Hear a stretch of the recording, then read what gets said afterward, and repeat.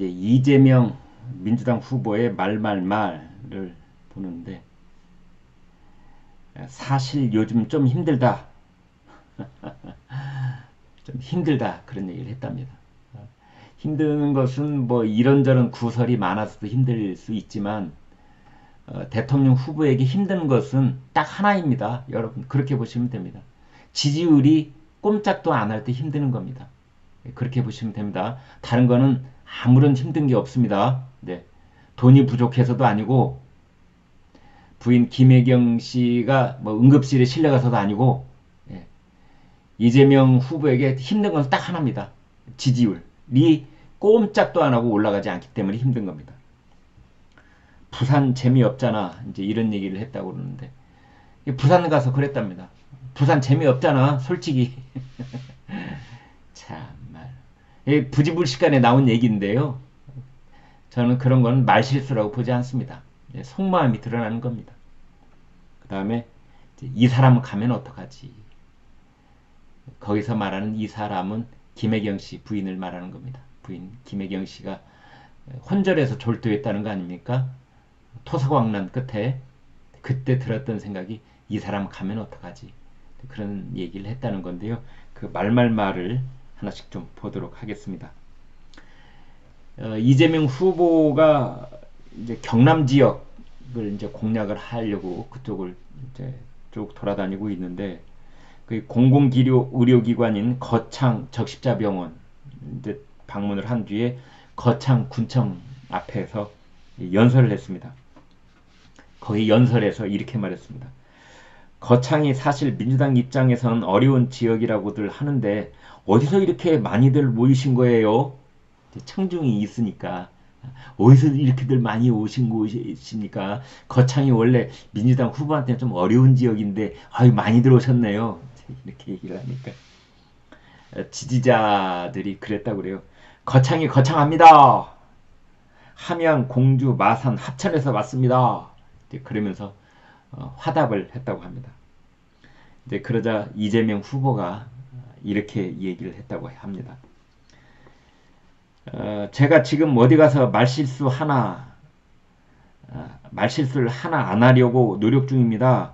요만한 거로 이만하게 만들고, 다른 쪽은 엄청나게 문제 있어도 노코멘트하고, 나 몰라 이렇게 하는 안타까운 현실이기 때문입니다. 누군가가 이 기울어진 운동장을 정상적으로 만들어야 합니다. 그러니까 윤석열 후보 쪽은 웬만큼 말실수가 있어도 그냥 휙휙 지나가는데, 나는 정말 말실수하는 가짜는 말실수만 요만큼만 해도 이렇게 막 불려서 억울하다, 그런 뜻 같아요. 이제 그러면서 이재명 후보가 제가 사실 여러분이 많이 도와주셔서 힘이 나기는 하는데 사실 요새 조금 힘듭니다. 실제로. 참, 저도 과거에 대통령 후보 선거 취재를 하면서 이렇게 저렇게 그런 경험을 많이 했습니다. 대통령 후보가요, 이렇게 푸썩 주저앉듯 얘기하면서 낙담하듯 얘기하면서 요즘 참 힘듭니다. 이렇게 얘기를 할 때가 있습니다. 청중들 앞에서건 기자들 앞에서건. 그때는 언제냐면요, 지지율이 꼼짝도 안 할 때입니다. 거의 약간은 자포자기하는 이제 그런 분위기를 감지할 때도 있는데, 뭐 이재명 후보가 그럴 리가 있겠습니까? 절대 포기하지 않을 사람인데요. 일단은 힘들다. 후보로서는 참 하기 힘든 얘기인데 이 말을 했습니다. 힘듭니다. 실제로. 라는 말. 힘듭니다. 실제로. 저는 담쟁이 넝쿨이 담장을 넘듯 잡초처럼 밟히면서도 한 발 한 발 기어 올라가듯 이 자리에 왔습니다. 하지만 여전히 그 앞에 거대한 벽이 놓여 있다는 걸 절감할 때가 많습니다. 그 거대한 벽을 넘을 때 손잡아 주시겠습니까? 담쟁이 넝쿨, 뭐 잡초 이런 얘기 했는데요. 담쟁이 넝쿨은 그 더불어민주당의 도종환 문체부 장관 했던 도종환 의원이 쓴 시입니다. 담쟁이 넝쿨. 그래서 이제 더불어민주당은 이 담쟁이 넝쿨에 관한 그 이미지를 많이 이용하고 있죠. 선거에서. 이제 이재명 후보도 담쟁이 넝쿨처럼 잡초처럼 그렇게 여기까지 왔는데 앞에도 거대한 벽이 있다. 그 거대한 벽은 지지율입니다. 그리고 이재명 후보의 혐오감. 그겁니다. 극복이 안 된다. 극복이. 그런 얘기를 시인한 것이다. 이렇게 볼 수 있겠습니다. 그런데 부산에 가서 이제 스타트업 소셜 벤처 대표들 되게 젊은 분들이 많지요. 스타트업 하는 분들은. 근데 그분들하고 얘기를 하면서 이렇게 얘기를 했습니다. 부산 재미없잖아 솔직히. 재밌긴 한데 강남 같지는 않은 측면이 있지. 이제 되게 나이 차이가 상당히 있는 젊은 기업인들하고 얘기를 해서 그런지 갑자기 허리띠를 탁 풀어놓고 얘기를 해버린 겁니다. 부산 재미없잖아 솔직히. 아니 여러분도 알고 나도 알다시피 부산 재미없잖아 솔직히. 이렇게 얘기를 해버린 겁니다. 이제 이 말의 맥락은 부산에서 젊은 인재들이 어느 정도 이제 성장을 하면은 부산에 머물러서 부산에서 기업을 하는 게 아니라 수도권으로 다 가버리고 만다. 그래서 부산은 재미없어진다. 이제 그런 얘기를 하려고 했던 것 같아요. 그런데 거기서 말이 탁 잘못 나간 겁니다. 부산 재미없잖아. 근데 본인은 이제 이거를 말실수라고 하는 것 같은데요. 11시 김광일씨 저는 이렇게 봅니다. 이건 말실수가 아니다. 속마음이다. 속마음. 유대인들이 그 탈무드에 이렇게 이제 전승해서 얘기를 내려받는 게 있는데 그거는 이제 사람이 감출 수 없는 세 가지가 있다는 거 아닙니까? 첫 번째가 사랑하는 마음, 두 번째가 재채기, 세 번째가 궁핍. 못 살고 궁핍한 사람은 어딘가 군기가 드러난다는 거죠. 소매 끝이 터져 있다든지 예를 들면 아니면 하는 행동이 어딘가 이렇게 새로 차린 음식을 보고 눈빛이 말할까 좀 있습니다. 이제 그런 걸 얘기하려고 하는 것 같아요. 궁핍, 재채기, 사랑 이 세 가지가 감출 수 없다. 저는 이렇게 봅니다. 사랑하는 마음 감출 수 없는 거, 사랑하는 마음, 재채기, 그리고 속마음. 속마음 감출 수 없습니다. 이재명 후보가 아무리 아이고 그런 맥락이 아니고 언론이 왜곡했어 그런 맥락이 아니야. 나중에 손살에 쳐봤자 엎질러진 물이지요. 쏘아놓은 화살이고. 이재명 후보가 속마음으로 부산을 어떻게 생각하는지가 그대로 드러났다고 보는 거죠. 국민의힘 소속돼 있는 박형준 부산시장이 그랬습니다. 부산에 펴달라고 온 분이 부산이 재미없다. 이게 할 소리인가? 놀랐다. 이제 박형준 시장이 이렇게 말했습니다. 대한민국 국민 절반 이상이 지방에 산다. 지방에 사는 국민들은 점점 더 블랙홀이 되고 있는 수도권 일극주의로 인해 기회와 과정과 결과의 불공정 그리고 불평등을 절절히 느끼고 있다. 대한민국이 정말 공정사회가 되려면 하나의 발전축이 아니라 복수의 발전축을 만들어야 하고 이를 위해 획기적인 대책이 나와야 한다. 그런데 한마디로 재미없다니. 이게 무슨 말이냐. 지금 이제 이재명 후보한테 가장 따끈따끈한 이제 이 얘기거리는 오늘이 15일이니까 9일부터 거의 일주일 동안 도무지 수거들지 않고 있는 것이 바로 부인 김혜경 씨 응급실 이송 사건입니다. 제가 사건이라고 말을 이제 규정을 했는데요. 정말 사건처럼 그렇게 되어버리고 말았습니다. 사석에서 만나는 사람, 인터넷 공간, 유튜브, 그 어디 신문 지면 오늘 아침에 조선일보도 한 면을 할애해서 대대적으로 보도를 했습니다. 왜? 참 민심이라는 건 무섭습니다. 유권자들의 이 파도와 같은 거대한 바다와 같은 그 민심의 흐름은 무서운 겁니다. 아무리 더불어민주당이 이 김혜경 씨 응급실 이송 사건에 대해서 허위 사실을 유포하면은 가만두지 않겠다. 반드시 처벌받도록 뭐 고발하겠다. 그리고 실제로 2명을 고발했지요. 이렇게 으름장을 놓아도 아니 온 국민이 김혜경 씨 응급실 사건만 얘기하고 있는데 어떡합니까? 그걸 손바닥으로 이렇게 탁탁 눌러서 두더지 망치로 잡듯이 두드려서 이렇게 할 수가 도무지 없는 겁니다. 이제 그러자 루머가 너무 퍼지자 이제 이재명 후보가 부인하고 통화를 했습니다. 유튜브 방송에서 통화를 했어요.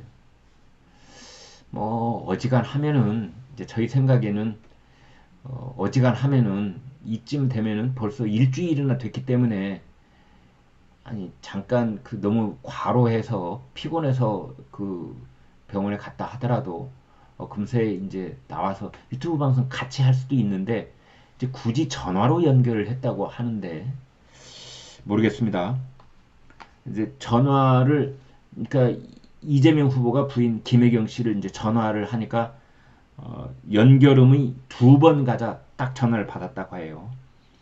그러면서 김혜경 씨가 이재명 후보한테 자기야 하면서 받았다고 합니다. 근데 이재명 후보의 휴대폰에는 이제 부인 김혜경 씨가 이쁜 마눌님 이렇게 적혀 있다고 합니다. 김혜경 씨가 이렇게 말했다고 그래요. 비밀 하나 알려드릴까요? 잠시 기절했다가 눈 뜨는 순간 우리 남편이 이 사람아 하면서 울고 있더라고요. 되게 뭉클했어요. 이렇게 이야기를 합니다. 이제 그러자 이재명 후보는 또 이렇게 얘기를 했습니다. 이 사람이 화장실에 갔는데요. 꽝 소리가 났어요. 정신을 잃고 있었습니다. 그때 그 순간 이 사람이 가면 어떡하지? 살아온 인생이 갑자기 쫙 떠올랐습니다. 너무 불쌍하고 고생만 하고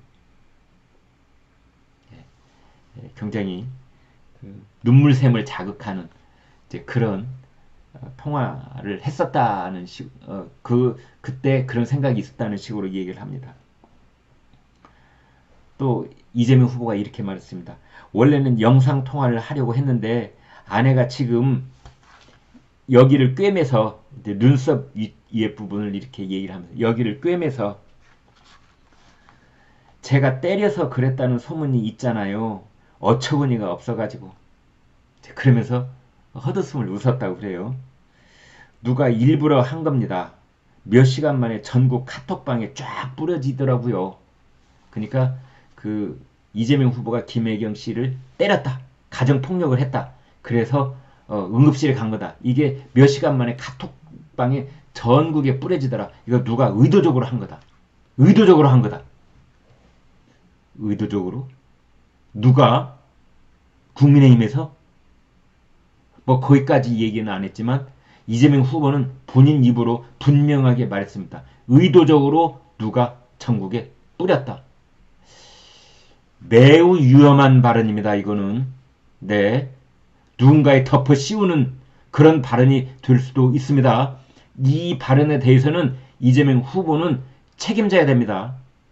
그러니까 가정폭력이 있었느냐 없었느냐 김혜경 씨가 순전히 너무나 피곤해서 너무나 과로한 나머지 혼자를 했느냐 이 사실 여부와 전혀 무관하게 이 김혜경 씨의 응급실 이송 사건을 누군가가 확대해서 전국에 확 뿌렸다. 의도적으로 라고 이재명 후보가 말을 했는데 이 말에 책임져야 됩니다.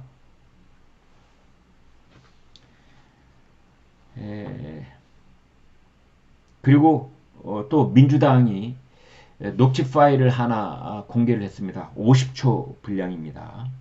그거는 이재명 후보가 119 응급센터에 이제 구조 요청을 하는 그런 전화 내용인데 비교적 침착한 목소리입니다.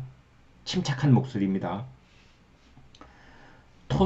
토사광난에 얼굴이 좀 찢어가지고 응급실에 가야 합니다. 그런 내용이라고 그래요. 토사광난이라는 표현을 썼다고 합니다. 뭘 잘못 먹어서 이 소화기 계통이 용트림을 하듯 뒤집어지는 것을 토사광난이라고 하지요. 토사광난에 얼굴이 좀 찢어져 가지고 이제 얼굴이 왜 찢어졌는지 구체적으로 드러나지 않는데 이제 거기까지 얘기를 했습니다. 그래서 9일 0시 54분에 그렇게 신고를 했고 구급차는 1시 6분에 그로부터 그러니까 12분쯤 뒤에 이재명 후보의 자택이 경기도 성남시 분당구 순회동에 있습니다. 거기에 도착을 했다고 그러죠. 그 다음에 병원에는 그로부터 약 25분쯤 뒤인 1시 31분, 새벽 1시 31분에 분당 서울대병원에 도착을 했다. 지금 이렇게 되어 있습니다. 그런데 여기서 한 가지 짚고 넘어가지 않을 수 없는 점이 있는데 왜 신분을 밝히지 않았는지에 관한 겁니다. 여러분 부끄러운 얘기입니다만 저도 최근에 119 응급센터에 전화를 걸어서 제가 그 응급 차량에 구급 차량이라고 하죠. 거기에 실려가 본 적이 있습니다. 심장에 좀 급작스럽게 뭐 이상 증세가 있어서 실려갔는데요. 반드시 본인의 신분을 밝혀야 됩니다. 그러면 응급 차량이 움직이지 않습니다. 첫 번째는 전화를 걸 때부터 신분 얘기해야 됩니다. 119죠. 119죠. 가령 이재명 후보가 전화를 걸었다고 가정을 해보겠습니다. 119죠. 여기 지금 와이프가 토소광란에다가 얼굴 부위가 찢어졌습니다.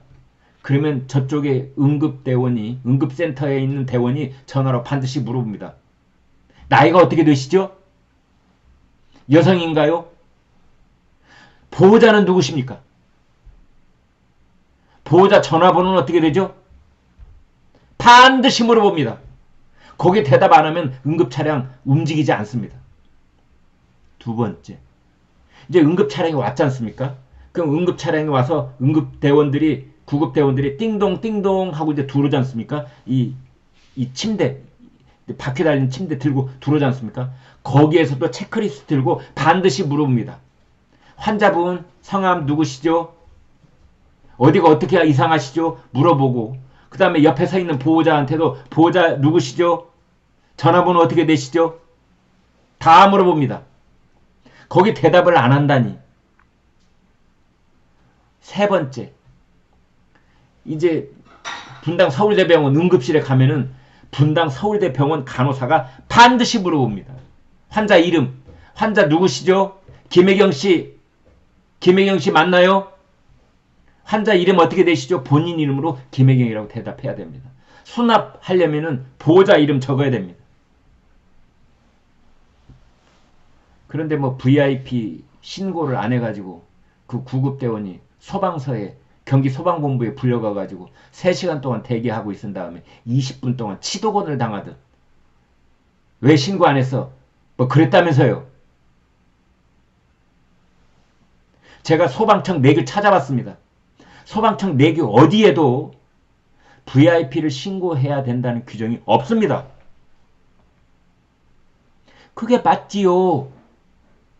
아니 119 응급센터 구급대원들이 현장에 갔을 때 뭐 국회의원 나으리는 더 빨리 뭐 치료를 해주고 더 빨리 왱왱왱 해서 3분 만에 가고 그 다음에 보통 시민들은 뭐 15분 만에 가고 그렇습니까? 국회의원, 장관, 대통령 후보는 더 빨리 왱왱왱 하고 가고 일반 시민은 천천히 가냐고요. 응급 상황에서는 대통령 후보든 국회의원이든 장관이든 그 뭐 큰 대기업의 회장님이든 똑같은 겁니다. 일반 시민 다 똑같은 겁니다. 그런데 왜 그 사람을 VIP 신고 안 했다고 해서 제가 봤을 때는 VIP 신고보다는 이재명 후보 부인 김혜경 씨가 얼굴이 찢어져서 응급실에 갔다는 것이 어떻게 언론에 알려졌는지 그거 문책하려고 부른 거 아닐까요? 119 구급대원들이 그거를 언론에 제보했다는 증거는 없습니다만 혹시 그쪽에서 새어나가지 않았는가 그거 물어보려고 부른 거 아니에요? 그런 의심이 드는 겁니다. 아무튼 이러한 민주당과 이재명 후보 측의 해명에도 불구하고 이재명 후보가 그냥 평범한 이재명 씨가 와이프 김혜경 씨를 응급실에 보내기 위해서 119 차량을 불렀으면서 왜 신분을 밝히지 않았는지 정말 궁금을 하고 왜 신분을 밝히지 않았는지에 대한 더불어민주당 그리고 이재명 후보 캠프 측의 정확한 해명이 저는 듣고 싶은 겁니다.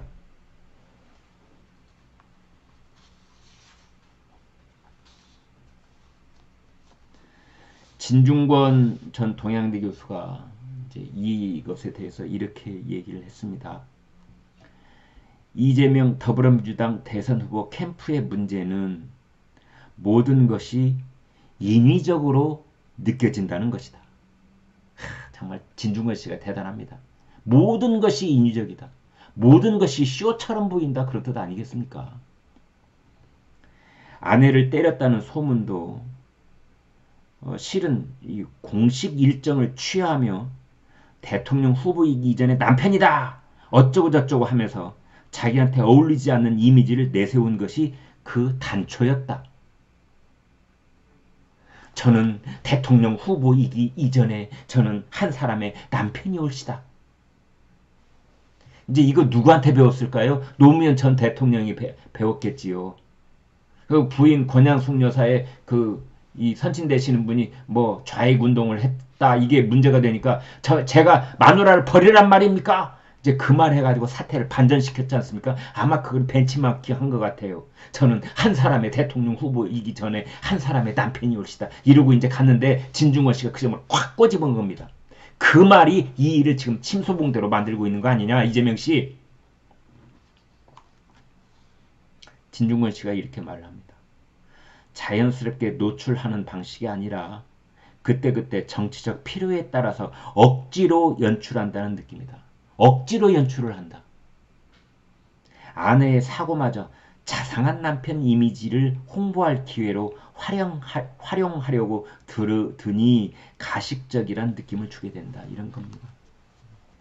아내가 아플 때조차도 그걸 어떻게 하면 이미지로 활용할까? 그러다 보니까 문제가 생기는 거 아니냐.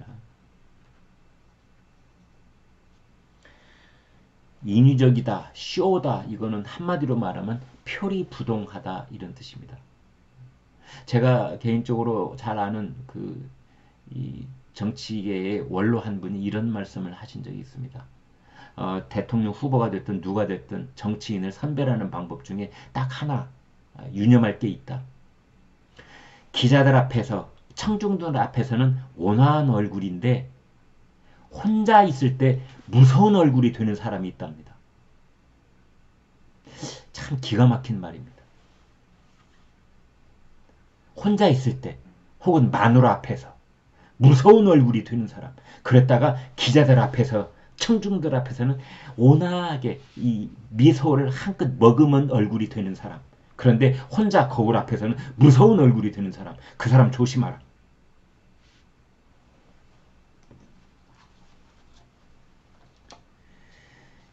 진중권 씨가 계속 이렇게 얘기를 합니다. 가식으로 뭘 감추려는 게 걸까? 가식으로 무엇을 감추려는 걸까? 라는 생각을 하다 보니 그 상상력이 가정폭력의 가능성으로 비약하고 있는 것이다. 가정폭력이 있지 않았을까라는 그 의혹이 자꾸만 확산되고 있는 것은 유튜버들, 인터넷, 네티즌들 탓이 아니라 이재명 후보 본인 탓이다. 본인이 가식적으로 뭘 하지 않았을까라는 생각이 하다 보니 그 상상력이 가정폭력은 혹시 있지 않았을까라는 의심으로 그렇게 자꾸만 눈덩이가 돼가는 것이다. 그것이 급속히 확산한 것은 이재명이라면 능히 그럴 수 있겠다는 이미 대중의 의식에 깊이 뿌리 박힌 폭력적 인상 때문이다. 폭력적인 인상 때문이다.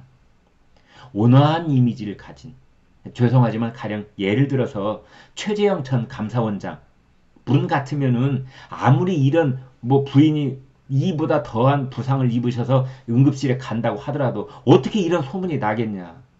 예를 들면 말이죠.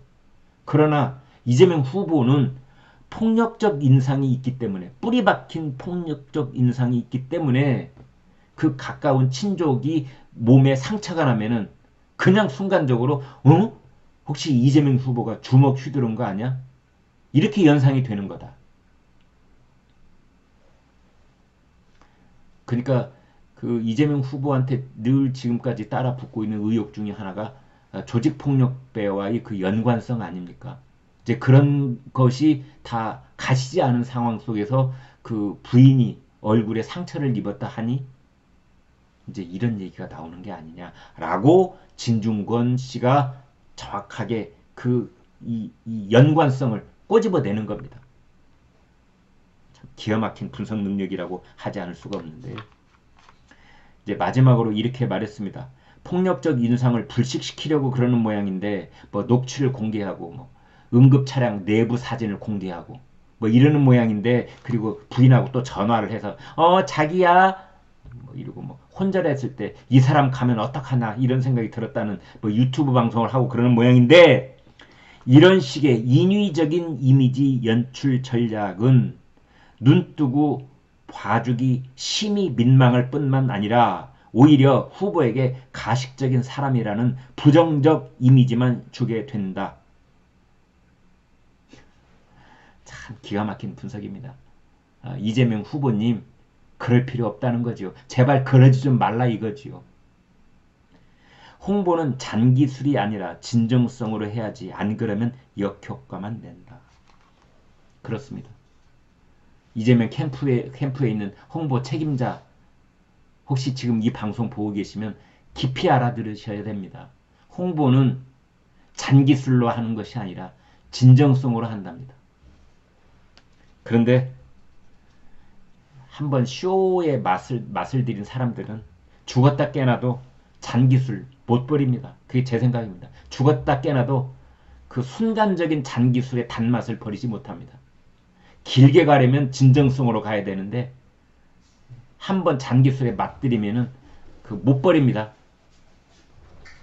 네, 여러분 오늘 방송 어떻게 보셨습니까? 구독, 좋아요, 공유 눌러주셔서 여러분의 마음을 보여주십시오. 여러분의 마음을 보는 순간 저희는 엄청난 힘을 얻습니다. 고맙습니다.